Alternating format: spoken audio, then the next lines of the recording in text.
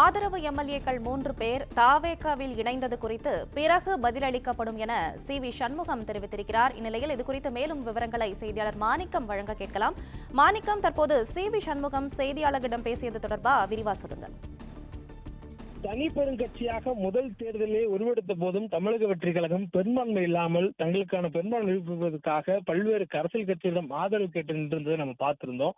அதற்கு பிறகு திமுக கூட்டணி இடம்பெற்றிருந்த கட்சிகள் ஆதரவு கொடுத்த போதிலும் கூட கூடுதலாக அதிமுகவிலிருந்து பிரிந்து நின்ற 25 சட்டமன்ற உறுப்பினர்கள் தமிழக வெற்றி கழகத்திற்கு அரசுக்கு பெரும்பான்மை வாக்கெடுப்பின் போது ஆதரவாக வாக்களித்து தமிழக வெற்றி கழகத்திற்கான அரசு அமைவதற்கு 144 பேர் என்ற அளவுல அவருடைய ஆதரவு எண்ணிக்கையை அதிகரித்து கொடுத்திருந்தார்கள். இப்படியான சூழல்ல தமிழக வெற்றி கழகத்திற்கு ஆதரவு கொடுத்த போதிலும் தமிழக வெற்றி கழகத்துக்கான ஆதரவு கொடுக்கப்பட்ட ஆதரவு மக்களுடைய தீர்ப்பின் அடிப்படையில் கொடுக்கப்பட்டது தவிர எங்களுக்கு மற்ற கருத்துக்கள் எதுவும் இல்லை, நாங்கள் அமைச்சர் பதவிக்கு ஆசைப்படவில்லை என்று 25 சட்டமன்ற உறுப்பினர்கள் அதிமுக முன்னாள் அமைச்சர் சி.வி. சண்முகம், எஸ்.பி. வேலுமணி தலைமையிலானவர்கள் சொல்லி வந்த நிலையில அதில் இருந்து 3 பேர் தாவேகாவிலே இணைந்திருக்கிறார்கள். அதுவும் தங்களால் மக்கள் தேர்ந்தெடுத்த 21 நாட்களுக்குள்ளாகவே தங்களுடைய சட்டமன்ற உறுப்பினர் பதவியை ராஜினாமா செய்துவிட்டு தலைமை செயலகத்திலேயே அவர்கள் கட்சி மாறி அவர்கள் சேர்ந்திருக்கக்கூடியது பார்க்க முடிகிறது.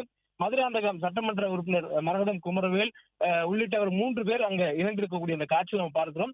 அப்படியான ஒரு சூழல்ல 25 பேர் ஒன்றாக செயல்படக்கூடிய அந்த நேரத்திலிருந்து 5 பேர் பிரிந்து இபிஎஸ் சென்றிருக்கிறார்கள். 3 பேர்கள் கட்சி விட்டு மாறி தம் எம்எல்ஏ பதவியை ராஜினாமா செய்திருக்கிறார்கள் என்ற கேள்வி எல்லாம் சி.வி. சண்முகத்திடம் முன்வைக்கப்பட்டது. அதிமுக முன்னாள் அமைச்சர் சி.வி. சண்முகம் மற்றும் எஸ்.பி. வேலுமணி அவருடைய தலைமையில தான் 25 பேர்களும் செயல்பட்டு வந்தார்கள். அந்த 25 பேர்களில் இருந்து 5 பேர் அதிமுக பொதுச்செயலாளர் தரப்புக்கு சென்றதும் 3 பேர் எம்எல்ஏக்கள் பதவி ராஜினாமா செய்துவிட்டு தாவேகாவுக்கு சென்றதும் தொடர்பான கேள்விகள் முன்வைக்கப்பட்டது. இது அனைத்துக்கும் we will talk later என்று அவர் பதிலளித்திருக்கிறார். பின்பு விரிவான செய்தியாளர் சந்திப்பு வைத்து அது குறித்து விளக்கம் தெரிவிப்பதாகவும் அவர் குறிப்பிட்டிருக்கிறார். ஏற்கனவே அதிமுக பொதுச் செயலாளரிடம் சமாதானம் பேசி வருவதாக தகவல் சொல்லப்பட்டிருக்கின்ற 5 பேர்கள் அங்கு இணைந்திருக்கிறார்கள். 3 பேர்கள் கட்சி விட்டு மாறி இருக்கிறார்கள். மக்கள் கொடுத்த சட்டமன்ற உறுப்பினர் என்ற பதவியை 21 நாட்களில் தூக்கி எறிந்துவிட்டு அவர்கள் கட்சி மாறி இருக்கிறார்கள். இந்த சூழல்ல அதே போன்ற ஒரு வாய்ப்பு மற்றவர்களுக்கும் இருக்கிறதா? அதாவது 25 பேர் என்ற அளவில் இருந்த எண்ணிக்கை 5 பேர் அதிமுக பொதுச் செயலாளர் சென்றதும் 3 பேர் ராஜினாமா செய்ததன் மூலமாக 25 பேர் இந்த அதிமுகவுடைய ஒரு தரப்பு எம்எல்ஏக்களுடைய எண்ணிக்கை 17ஆக குறைந்திருக்கிறது. இதன் மூலமாக மேலும் எண்ணிக்கை குறைவதற்கான வாய்ப்பு இருக்கிறதா?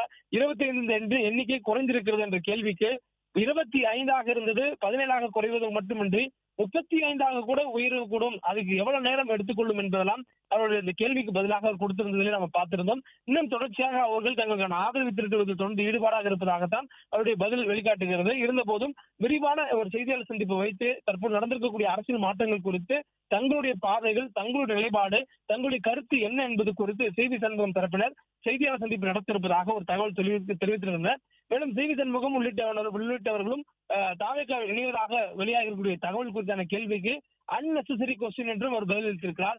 தேவையற்ற கேள்விகள் என்று சொன்னாரே தவிர அவர் தாவேகாவில் இணைவதாக வரக்கூடிய இந்த தகவல் குறித்து எந்த ஒரு மறுப்பும் தெரிவிக்கவில்லை.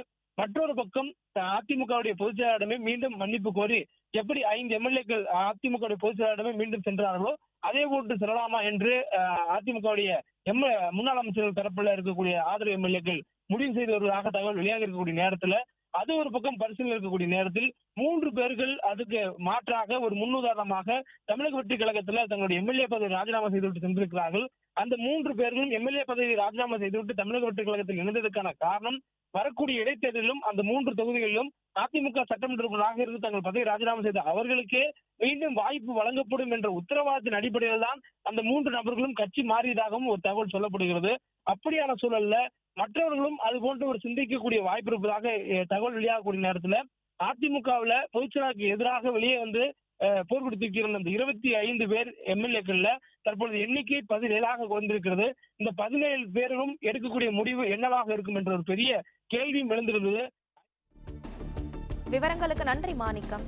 பிளே ஸ்டோர் மற்றும் ஆப் ஸ்டோரில் இருந்து பாலிமர் செயலியை QR கோடு மூலம் பதிவிறக்கம் செய்யுங்கள். செய்திகளை உடனுக்குடன் பெறுங்கள்.